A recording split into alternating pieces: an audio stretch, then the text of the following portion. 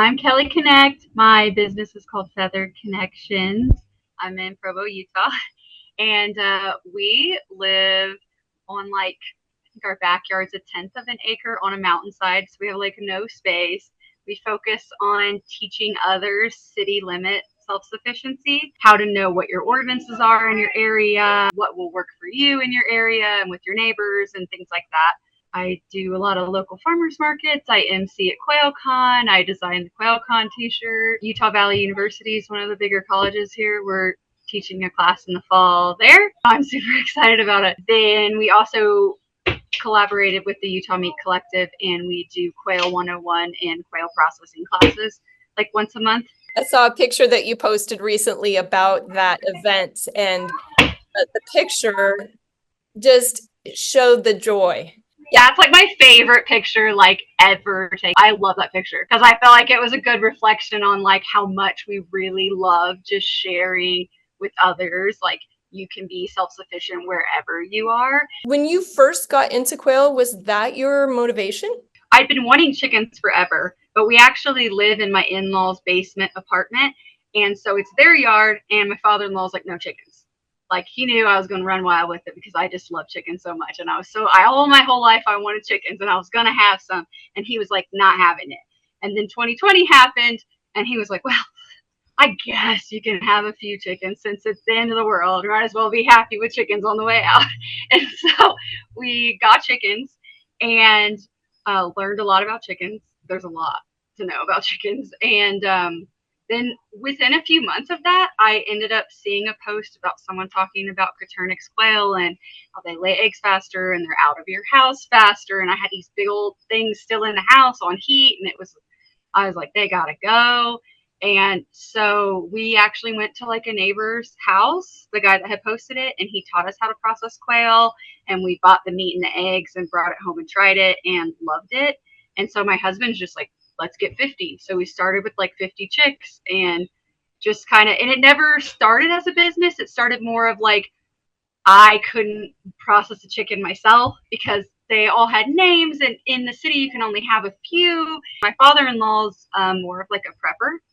And so it kind of just really meshed well with his values. And my mother-in-law is a canner and a gardener. So we just kind of filled in the last gap of raising our own meat and eggs. How has raising quail changed your life? When 2020 had happened, I had just had a baby in September of 2019. And I had postpartum, and it hit me super, super hard. I was just a stay-at-home mom, which was fine. I didn't have anything that was just mine that I could do.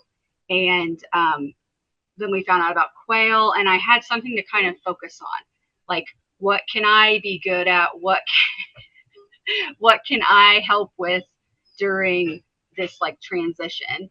And I kind of found what I'm really good at. Yeah, it just kind of gave me something else to focus on instead of not how hard things felt and how depressed I felt and just will I ever get out of this hole?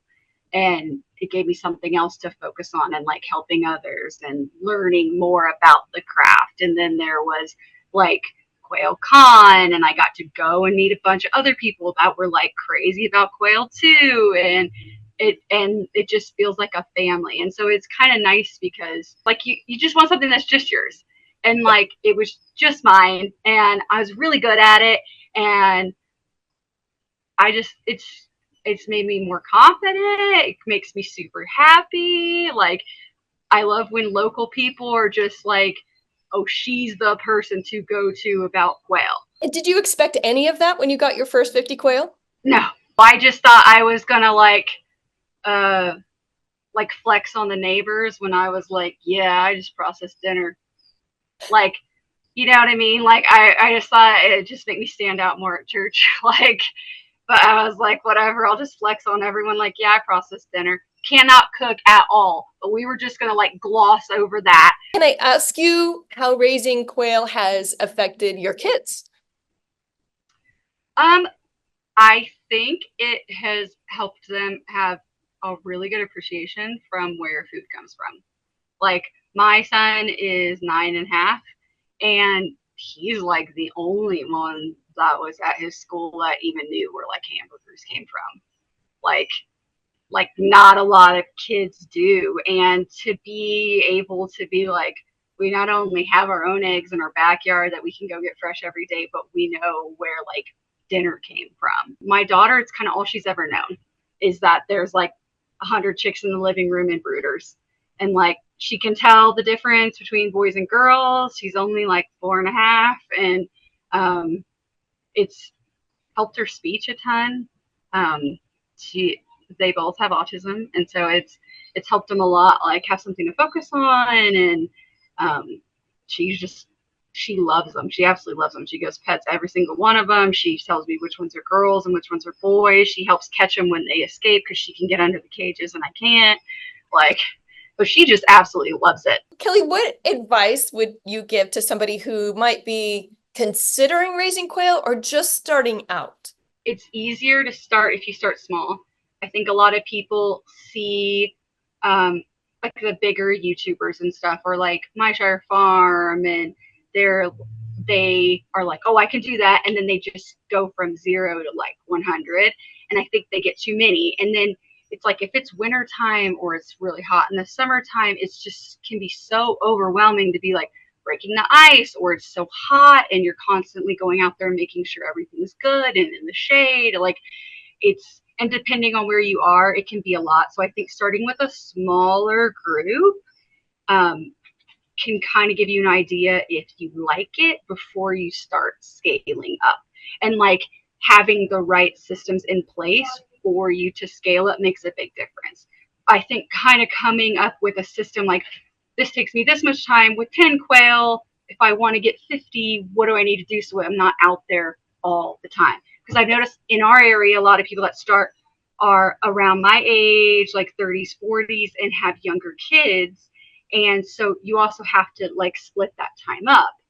And if your kids have activities and stuff, like you don't want to be locked down. And also if there's not a lot of systems in place and you want to go on vacation and you can't find someone that can like help, then you're just going to get burned out really fast. I think a lot of people just like pedal to the metal and then burn out really fast. And so I think starting smaller, because you can always get bigger, is much easier than spending thousands and thousands of dollars on a huge setup with no, like, if you have too many eggs, you have nowhere to sell them to. And like, I see that happen a lot. So I think starting smaller is just, you can always scale up whenever you want. It's not like it's hard to hatch more. Yeah. And it sounds like it's important to maybe grow for a whole season so you understand like what it takes to take care of the quail in the hot summertime, but also in the cold winter. Yeah. It is very different, right? It is, yeah. And if you're somewhere like Arizona, like you're not going to have a winter issue. You're going to definitely have a summer issue, like, and you need to kind of figure out how to make that work.